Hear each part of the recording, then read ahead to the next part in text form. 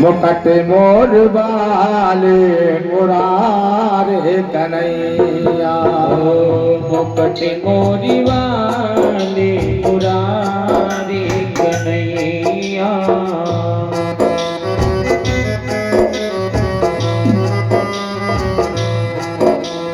छुपे हो कहाँ कष्ट हारी कन्हैया।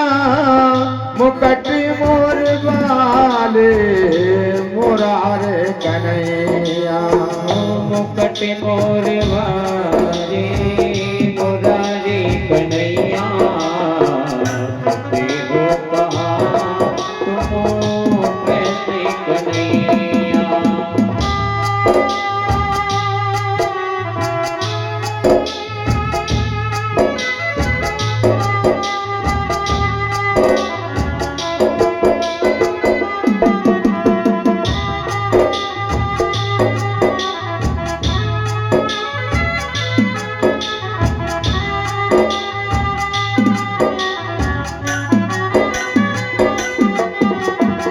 हे भगवान, आप कहाँ छुपे हो?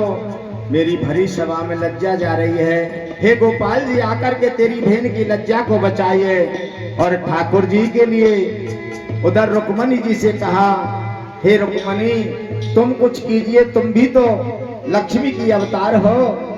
तो रुक्मणी जी ने एक कमल पुष्प को लिया और घुमा करके जैसे ही दिया, द्रौपदी के सर पर लगा और उन्हें याद आ गई उस ठाकुर जी की। और याद आते ही दोनों हाथ ऊपर खड़े करके पुकारा और ठाकुर जी तुरंत ही दौड़ करके आ गए और उनका अवतार हो गया वस्त्र अवतार। इसी दिन बोल वस्त्र अवतार भगवान की। और वस्त्र अवतार कैसे हुआ? साड़ी में भगवान प्रवेश कर गए। सारी वे नारी है कि नारी ही की सारी है। और सारी ही की नारी है कि नारी ही की सारी है। और सारी बेच नारी है कि नारी बेच सारी है।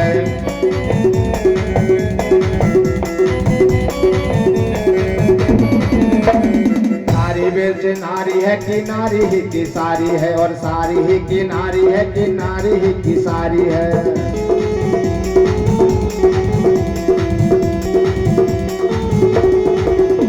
पता ही नहीं लगा कि साड़ी के बीच में नारी है कि नारे के बीच में साड़ी है। और सारी बीच नारी है कि नारी ही की सारी है।